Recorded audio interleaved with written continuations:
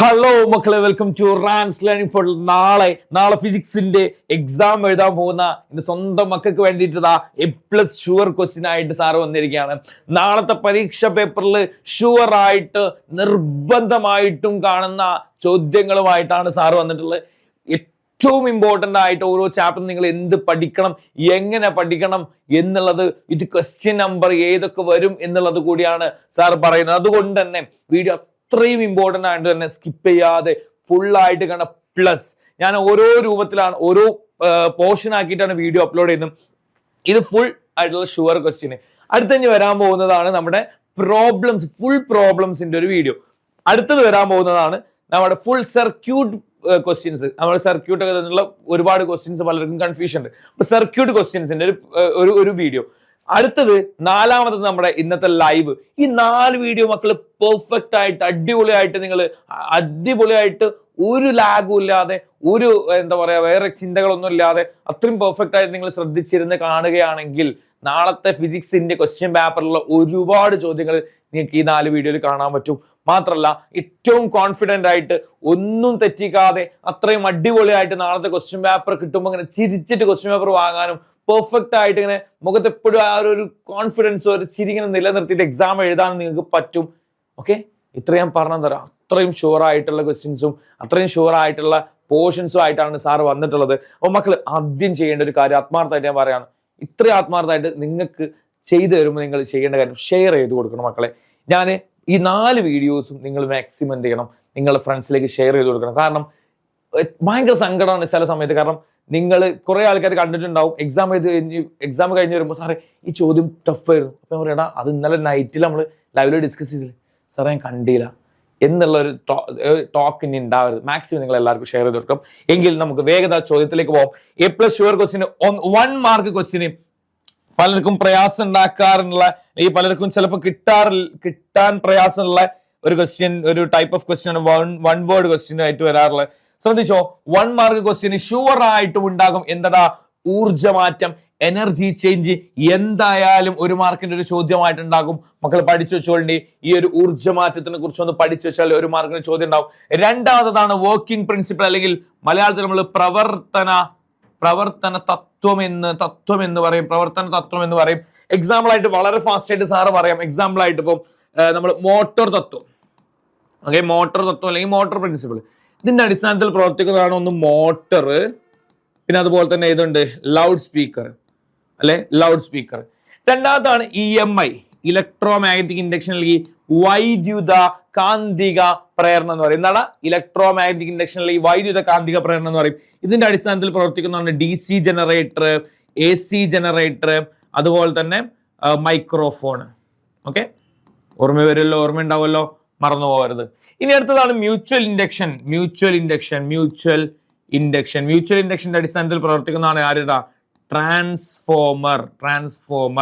അടുത്തതാണ് self induction എന്ന് പറയുന്നത്. സെൽഫ് ഇൻഡക്ഷന്റെ അടിസ്ഥാനത്തിൽ പ്രവർത്തിക്കുന്നതാണ് ആര്, ഇൻഡക്ടർ. എന്താടാ, ഇൻഡക്ടർ. ഓക്കെ, ഒരുപാട് വർക്കിംഗ് പ്രിൻസിപ്പിൾസ് സാറ് പറഞ്ഞു. ഓക്കെ, വളരെ ഇമ്പോർട്ടന്റ് ആണ്, ഓർത്തു വെക്കണം. മോട്ടോർ തത്വം, EMI, mutual induction, self induction പോലുള്ളതൊക്കെ ഇമ്പോർട്ടന്റ് ആണ് മക്കളെ. ഓർമ്മയിലുണ്ടാവണം, ഓർത്തു വെക്കണം. റെഡിയാണോ? എങ്കിൽ വർക്കിംഗ് പ്രിൻസിപ്പിൾ 1 മാർക്കിനുള്ള ഒരു ചോദ്യം വർക്കിംഗ് പ്രിൻസിപ്പിൾ വരാം. അടുത്തതാണ് ഫിനോമിനലുകൾ. ഒരുപാട് പ്രതിഭാസങ്ങൾ നിങ്ങൾ പഠിക്കുന്നുണ്ട്. ഏതൊക്കെ പ്രതിഭാസങ്ങളാണ്? 1ാമത്തെ ചാപ്റ്ററിൽ അങ്ങനെ ഒരുപാട് പ്രതിഭാസങ്ങളൊന്നും പഠിക്കുന്നില്ല. 2ാമത്തെ ചാപ്റ്ററിൽ അങ്ങനെ പ്രതിഭാസങ്ങളൊന്നും നിങ്ങൾ പഠിക്കുന്നില്ല.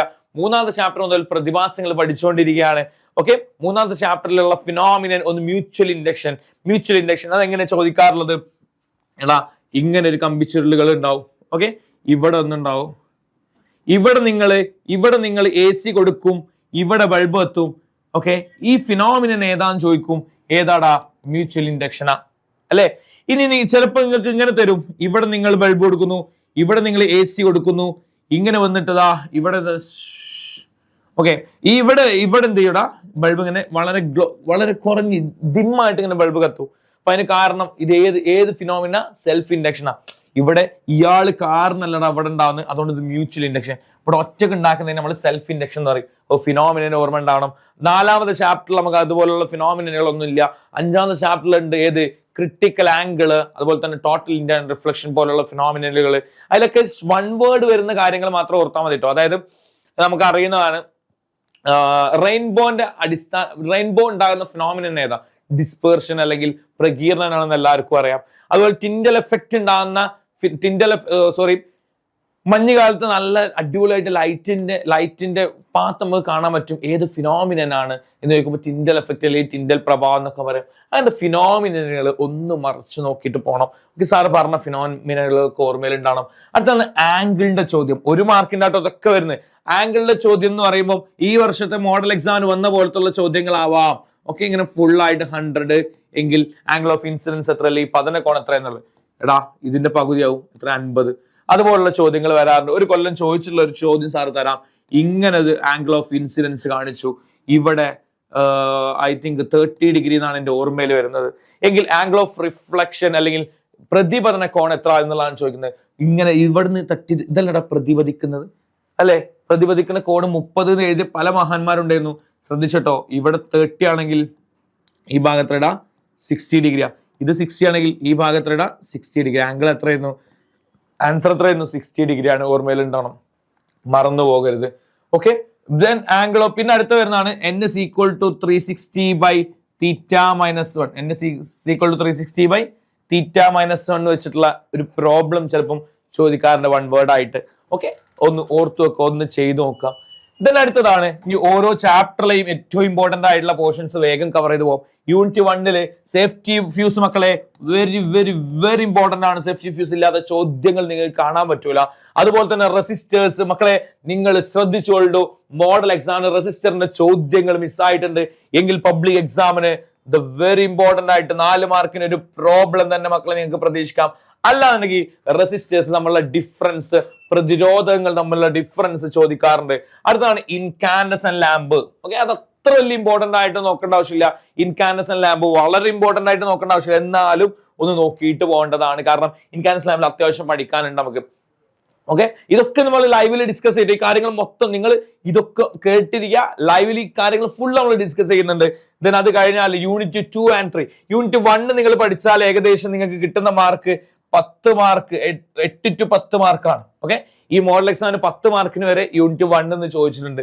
യൂണിറ്റ് 2 ഉം 3 ഉം ഇത് രണ്ടും കൂടെ പഠിച്ചു കഴിഞ്ഞാൽ നിങ്ങൾക്ക് കിട്ടുന്ന മാർക്ക് ഏകദേശം 14ഓളം മാർക്ക്, 14 to 16 മാർക്കാണ്. 14 to 16 മാർക്കാണ് ഈ ചാപ്റ്റർ പഠിച്ചു കഴിഞ്ഞാൽ നിങ്ങൾക്ക് കിട്ടുന്നത്. അതിൽ ആദ്യം Maxwell right hand thumb rule sir കൃത്യമായിട്ട് പറഞ്ഞിട്ടുണ്ട്. ഇതിന് ചോദ്യങ്ങൾ വരിക page number 36, page number 37, page number 42, page number 43 എന്നീ പേജുകൾ ഉൾപ്പെടെ സാർ പറഞ്ഞിട്ടുണ്ട്. ആ പേജിൽ നിന്ന് ഏതെങ്കിലും ഒരു പേജിലെ ക്വസ്റ്റ്യൻ ആയിരിക്കും നിങ്ങൾക്ക് 2024 പബ്ലിക് എക്സാമിന് നാളെ, അതായത് നാളെ രാവിലെ 9:30 10 മണിക്ക് നടക്കുന്ന എക്സാമിന്റെ ക്വസ്റ്റ്യൻ പേപ്പറിൽ വരുന്ന ഈ പേജിൽ നിന്ന് കോപ്പി ചെയ്തിട്ടുള്ള ക്വസ്റ്റ്യൻ ആയിരിക്കും. മക്കളെ വൃത്തിക്ക് ശ്രദ്ധിച്ചോണ്ടേ. അത് സോളിനോയിഡ്. അടുത്ത സോളിനോയിഡ് ഇമ്പോർട്ടന്റ് ആണ്. സോളിനോയിഡും അതുപോലെ തന്നെ നമ്മുടെ വൈദ്യുതകാന്തവും സോളിനോയിഡും നമ്മളുടെ വ്യത്യാസമൊക്കെ ചോദിക്കാറുണ്ട്. ഓക്കെ, ഇലക്ട്രോമാഗ്നറ്റും സോളിനോയിഡും നമ്മളുടെ വ്യത്യാസം. അടുത്തത് മോട്ടർ അല്ലെങ്കിൽ AC ജനറേറ്റർ അല്ലെങ്കിൽ DC ജനറേറ്റർ. ഇതിൽ ഏതെങ്കിലും ഒന്ന് എന്തായാലും പിക്ചർ എന്നിട്ട് ചോദിക്കാറുണ്ട്. മോട്ടറിന്റെ പിക്ചർ തരും, മോട്ടർ ആണോ എന്ന് ചോദിക്കും. ആണെങ്കിൽ ആണ് എഴുതി കൊടുക്കും. മോട്ടർ എങ്ങനെ മനസ്സിലാക്കാൻ നിങ്ങൾക്ക് അറിയാം അല്ലെ? ബാറ്ററി ഉണ്ടെങ്കിൽ മോട്ടറാണ്, ബാറ്ററി ഇല്ല എന്നുണ്ടെങ്കിൽ ജനറേറ്റർ ആണ്. ഇനി ജനറേറ്റർ എങ്ങനെ മനസ്സിലാക്കുക? ഒറ്റ റിംഗ് ആണെങ്കിൽ അത് DC ജനറേറ്റർ ആണ്, 2 റിംഗ് ഉണ്ടെങ്കിൽ AC ജനറേറ്റർ ആണ്. ഓർമ്മയിൽ ഉണ്ടാവണം, ഓർത്തു വെക്കണം. അതിന്റെ ഗ്രാഫ് ഒക്കെ വരച്ചു പഠിക്കണം. ലൗഡ് സ്പീക്കർ ഓർ മൈക്രോഫോൺ ഏതെങ്കിലും ഒന്ന് എന്തായാലും ചോദിക്കും, 100% ഉറപ്പാണ്. ഇന്ന് നമ്മുടെ അജ്മൽ സാറ് മൈക്രോഫോൺ ലൗഡ് സ്പീക്കറും ഒറ്റ വീഡിയോ ആയിട്ട് അടിപൊളിയായിട്ട് പറഞ്ഞു തന്നിട്ടുണ്ട്. ഒന്ന് പഠിച്ചാലും മറ്റൊന്നും അടിപൊളിയായിട്ട് കിട്ടും. ഓക്കെ, അടുത്ത ട്രാൻസ്ഫോമർ ഷുവർ ആണ്. 3 മാർക്കിന്റെ ഒരു പ്രോബ്ലം നിങ്ങൾക്ക് ട്രാൻസ്ഫോമറിന് പ്രതീക്ഷിക്കാം. നമ്മുടെ പ്രോബ്ലംസ് എന്ന് പറഞ്ഞ ന്യൂമറിക്കൽ പ്രോബ്ലംസ് പറഞ്ഞിട്ട് ഒരു വീഡിയോ വരുന്നുണ്ട്. അതിൽ ട്രാൻസ്ഫോമറിന്റെ 3 ടൈപ്പ് ക്വസ്റ്റ്യൻസ് നമ്മൾ ഡിസ്കസ് ചെയ്യുന്നുണ്ട്. ഏതെങ്കിലും ഒരു ടൈപ്പ് ഷുവർ ആണ്, പഠിച്ചു വെക്കണം. ഓക്കെ, അടുത്ത ട്രാൻസ്മിഷൻ ലോസ് എല്ലാ പബ്ലിക് എക്സാമിനും മുടങ്ങാതെ ചോദിക്കുന്ന ഒരു ക്വസ്റ്റ്യൻ ആണ് ട്രാൻസ്മിഷൻ ലോസ്. അല്ലെങ്കിൽ മലയാളം മീഡിയക്കാർക്ക് വേണ്ടിയിട്ട് പ്രസരണ നഷ്ടം എന്ന് പറയും. ഓക്കെ, പ്രസരണ നഷ്ടം ചോദിക്കാറുണ്ട്. പ്രസരണ നഷ്ടം കുറക്കാനുള്ള മാർഗങ്ങൾ ചോദിക്കാറുണ്ട്. അത് MCBനെ കുറിച്ചോ ELCBനെ കുറിച്ചോ 3 പിന്നിനെ കുറിച്ചോ ഏതെങ്കിലും ഒന്ന്. ഓക്കെ, അതാകുമ്പോൾ സാർ നിങ്ങൾ എല്ലാം പറയണ്ടല്ലോ, ഇതൊക്കെ പഠിക്കാൻ ട്രിക്ക് ഉണ്ട്. MCBനെ കുറിച്ച് ചോദിക്കാനുണ്ടെങ്കിൽ ഇതാ MCB. ഞാൻ പറയുന്നു MCBന്റെ ഫ്യൂസിനെ പോലെയാണ്. ഫ്യൂസിനെ പോലെയാണ്. അതായത് ഫ്യൂസിന്റെ പണി എന്താ? ഓവർലോഡിങ് ഉണ്ടാകുമ്പോൾ ഫ്യൂസ് എന്ത് ചെയ്യും? ഓവർലോഡിങ് ഉണ്ടാകുന്ന സമയത്ത് ഫ്യൂസ് എന്ത് ചെയ്യും? മെൽറ്റ് ആയി ബ്രേക്ക് ആവും അല്ലെ? അപ്പൊ അതുപോലെയാണ് ആര്? Fuse MCB. ഓവർലോഡിങ് ഉണ്ടാകുമ്പോൾ MCB എന്ത് ചെയ്യും? സ്വയം circuit വിച്ഛേദിക്കും. During the overloading MCB automatically break the circuit. ELCB എല്ലാം കണ്ടോ? എല്ലാം ലീക്കേജ് അല്ലേ? During the leakage of current ELCB automatically break the circuit. അയിമൻ തന്നെ കിട്ടണില്ലേ? എന്നാ കറണ്ട് ലീക്ക് ഉണ്ടാകുമ്പോൾ ELCB ഓട്ടോമാറ്റിക് ആയിട്ട് സർക്യൂട്ട് ബ്രേക്ക് ചെയ്യുന്നു. അതുപോലെ തന്നെ 3 പിന്നിനെ കുറിച്ച് നിങ്ങൾക്ക് അറിയുന്നതാണ്. ഇതങ്ങനെ ഒരുപാട് പഠിക്കണമല്ലോ. ഫസ്റ്റ് എയ്ഡ് അല്ലെങ്കിൽ പ്രിക്വേഷൻസ്, അതായത് പ്രഥമ ശുശ്രൂഷയും മുൻകരുതലുകളിൽ ഏതെങ്കിലും ഒന്ന് ഉറപ്പായിട്ടും ചോദിക്കും എന്നുള്ളത് ഷുവർ ക്വസ്റ്റ്യൻ ആണ്. അത് വളരെ ഇമ്പോർട്ടന്റ് ആയിട്ടുള്ള ചോദ്യമാണ്. ഓക്കെ, അടുത്തതാണ് unit 4, 5, unit 4 and 5. Unit 4 and 5 അതിൽ മിറേഴ്സിനെ കുറിച്ച് പഠിക്കുക. അതിന്റെ ഓപ്പോസിറ്റ് ആണ് ആര്? ലെൻസ് കേട്ടോ. മിറേഴ്സിനെ കുറിച്ച് സാറ് പറയുന്നത് ഓരോന്നിലും 5 പോയിന്റ് മാത്രം പഠിച്ചാൽ മതി. അത് ഇന്നത്തെ ലൈവിൽ ഞാൻ സെറ്റ് ആക്കി തരും. ഇതിനാകെ ഒരു 2 മിനിറ്റ് പഠിക്കേണ്ട ആവശ്യം വരുള്ളൂ മിറേഴ്സ് കേട്ടോ. ഓരോന്നിനെ കുറിച്ച് 5 പോയിന്റ് പഠിച്ചാൽ കഴിഞ്ഞു. പിന്നെ magnification problem. Okay, magnification problem ആയിരിക്കും ഇതിന് എക്സാമിന് വരിക. ഇമ്പോർട്ടന്റ് ആണ്, വെരി വെരി വെരി ഇമ്പോർട്ടന്റ്. 4 മാർക്കിന് മാഗ്നിഫിക്കേഷൻ പ്രോബ്ലം നിങ്ങൾക്ക് പ്രതീക്ഷിക്കാം. അത് പ്രോബ്ലത്തിന്റെ സെഷനിൽ നമ്മൾ ചെയ്യും കേട്ടോ. അടുത്തതാണ് ക്രിട്ടിക്കൽ ആംഗിൾ അല്ലെങ്കിൽ ടോട്ടൽ ഇന്റേണൽ റിഫ്ലക്ഷൻ. ക്രിട്ടിക്കൽ കോണും പൂർണ്ണാന്തര പ്രതിപതനം. എന്താടാ? പൂർണ്ണാന്തര പ്രതിപതനം. ക്രിട്ടിക്കൽ കോണും പൂർണ്ണാന്തര പ്രതിപതനം ഷുവറാണ് 100%. ഓക്കെ, 100% ഉറപ്പുള്ള ക്വസ്റ്റ്യൻ ആണ്. ക്രിട്ടിക്കൽ കോണും ടോട്ടൽ ഇന്റേണൽ റിഫ്ലക്ഷൻ. ഇനി ലെൻസ് എന്ന് കൊടുത്ത് ലെൻസ് വരക്കാനുള്ള ചോദ്യം നിങ്ങൾക്ക് അറിയാമല്ലോ. ലെൻസ് ഇങ്ങനെ വരക്കാനുള്ള ഒരു ചോദ്യം ഉണ്ടാവാറുണ്ടല്ലോ. ഇവിടെ ഇങ്ങനെ വെച്ചിട്ട് ഇങ്ങനെ ഓർമ്മ ഉണ്ടല്ലോ. അത് ഷുവറാണ്, 100% ഉറപ്പുള്ള അടുത്തൊരു ചോദ്യമാണ് ലെൻസ് വരക്കാള്. പവറിന്റെ ചോദ്യങ്ങൾ ഇടയ്ക്ക് 2 മാർക്കിനൊക്കെ ചോദിക്കാറുണ്ട്. ഏത്? PC = 1/f ആ ക്വസ്റ്റ്യൻ ഉണ്ടല്ലോ. ഓക്കെ, അതൊക്കെ പ്രോബ്ലത്തിൽ നമ്മൾ ചെയ്യുന്നുണ്ട് കേട്ടോ. പ്രോബ്ലം സെഷനിൽ അതൊക്കെ ചെയ്യുന്നുണ്ട്. ഓക്കെ, അടുത്തത് യൂണിറ്റ് 6 നമുക്ക് വരുന്നതാണ് ഷോർട്ട് സൈറ്റ്. ഷോർട്ട് സൈറ്റ് പഠിച്ചാൽ ലോങ് സൈറ്റ് ഓട്ടോമാറ്റിക്കലി കിട്ടും. അതായത് ഇതേതാ? ഹ്രസ്വദൃഷ്ടിയാണ്. ഹ്രസ്വദൃഷ്ടി പഠിച്ചാൽ ദീർഘദൃഷ്ടി ഓൾറെഡി നമുക്ക് കിട്ടും. അത് റെയിൻബോ, മഴവില്ല് വെരി ഇമ്പോർട്ടന്റ് ആണ്, എല്ലാ വർഷവും ചോദിക്കാറുണ്ട്. അതാണ് സ്കാറ്ററിംഗ് ഓഫ് ലൈറ്റ്, അല്ലെങ്കിൽ മലയാളത്തില് വിസരണം. ഇവിടെ വായുവില്ലേ? വിസരണം. ഓക്കെ, വിസരണം പഠിച്ചാല് ഇമ്പോർട്ടന്റ് ആണ്. വിസരണത്തിൽ നമുക്ക് സൂര്യൻ എന്തുകൊണ്ടാണ് റെഡ് കളർ, ആകാശം എന്തുകൊണ്ടാണ് നീല നിറം, എന്തുകൊണ്ടാണ് നമ്മൾ സിഗ്നലിൽ റെഡ് ഉപയോഗിക്കുന്നത് എന്നുള്ളതൊക്കെ പഠിക്കാൻ സ്കാറ്ററിംഗ് ഒറ്റ കാര്യം പഠിച്ചു, ഒറ്റ പോയിന്റ് പഠിച്ച ഫുള്ള് എഴുതാം. ഓക്കെ, അതൊക്കെ ട്രിക്കുകളുടെ കയ്യിൽ നമുക്ക് പഠിക്കാം. യൂണിറ്റ് 7 മക്കൾക്ക് കുറെ ആൾക്കാർക്ക് പ്രയാസമുള്ള യൂണിറ്റ്. ഓരോന്നൊരു മാർക്ക് പറഞ്ഞല്ലോ. 5ഉം 6ഉം പാടെ പഠിച്ചാൽ നിങ്ങൾക്ക് ഏകദേശം ഒരു 14 മാർക്കോളം ഇതിന്നും കിട്ടും. ഓക്കെ, ഇനി ഏകദേശം യൂണിറ്റ് 6 മാത്രം 7ഓളം മാർക്ക്, 6 to 7 മാർക്ക് വരെ അതിൽ നിന്ന് വരാറുണ്ട്. ഇതിന്നൊരു 4 മാർക്ക് നിങ്ങൾ പ്രതീക്ഷിക്കാം. ഓക്കെ, അതിൽ ഫോസിൽ ഫ്യൂവൽസ് പഠിക്കണം. കോള്, കൽക്കരി ഇമ്പോർട്ടന്റ് ആണ്. LPG, LNG, CNG ഒക്കെ എങ്ങനെ ഓർത്തു വെക്കണം സാർ പറഞ്ഞിരുന്നു. ഇതൊന്നും പഠിക്കാനില്ല, കാണാതെ പഠിക്കാനില്ല, എങ്ങനെ അത് ഓർത്തു വെക്കണം എന്നുള്ള സാർ പറഞ്ഞിരുന്നു, ട്രിക്ക് പറഞ്ഞിരുന്നു. അതൊക്കെ ഇനി ഇന്നത്തെ ലൈവിൽ വീണ്ടും പറയുന്നുണ്ട്. അത് ഹൈഡ്രജനെ കുറിച്ച് അറിയണം. അതുപോലെ തന്നെ പവർ സ്റ്റേഷനിലെ ഓരോ പവർ സ്റ്റേഷൻ എവിടെ ഉള്ളതെന്ന് അറിയണം. കഴിഞ്ഞ പബ്ലിക് എക്സാമിന്റെ ചോദ്യം അതായിരുന്നു. പവർ സ്റ്റേഷനിൽ ഇപ്പൊ എക്സാമ്പിൾ ആയിട്ട് അതൊക്കെ പഠിക്കാൻ ട്രിക്ക് ഉണ്ട്. പവർ സ്റ്റേഷൻ, ഇപ്പൊ ന്യൂക്ലിയർ പവർ സ്റ്റേഷൻ എവിടെ ചോദിച്ചാൽ നിങ്ങൾ എന്ത് ചെയ്യും? കെ എന്ന് പറയും. ന്യൂക്ലിയർ പവർ സ്റ്റേഷൻ പറയും കെ. എന്താ? കോട്ട, കൂടംകുളം, കൽപ്പാക്കം. അങ്ങനെ കുറെ ട്രിക്ക് ഉണ്ട്, കാണിച്ചിട്ടുണ്ട്.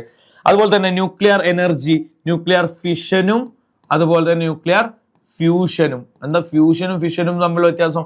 ഫിഷൻ എന്ന് പറഞ്ഞാൽ മുറിയ, large nucleus split into 2 lighter nuclear. വലിയ ന്യൂക്ലിയസ് ചെറുതാവുന്നു.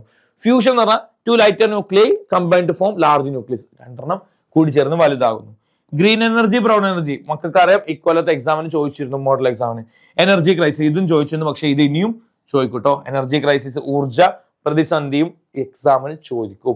ഇത്രയും ക്വസ്റ്റ്യൻസ് ആണ് മക്കളെ നമുക്ക് എന്ത് ചെയ്യാനുള്ളത്, വളരെ ഇമ്പോർട്ടന്റ് ആയിട്ട് നിങ്ങൾക്ക് പഠിക്കാനുള്ളത്. അപ്പൊ മക്കളെ നാളെ നമ്മൾ പൊളിക്കും എന്നുള്ളത് 100% ഉറപ്പാണ്. അത്രയും അടിപൊളിയായിട്ട് നിങ്ങൾക്ക് അറേഞ്ച് ചെയ്തിട്ടാണ് ഓരോ സെഷനും തരുന്നത്. അപ്പൊ വളരെ വൃത്തിയായിട്ട് പഠിക്കുക, അടിപൊളിയായിട്ട് പഠിക്കുക.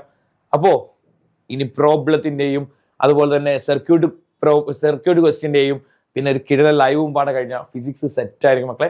അപ്പൊ അടുത്ത വീഡിയോയിൽ നമുക്ക് വീണ്ടും കാണാം. Bye bye.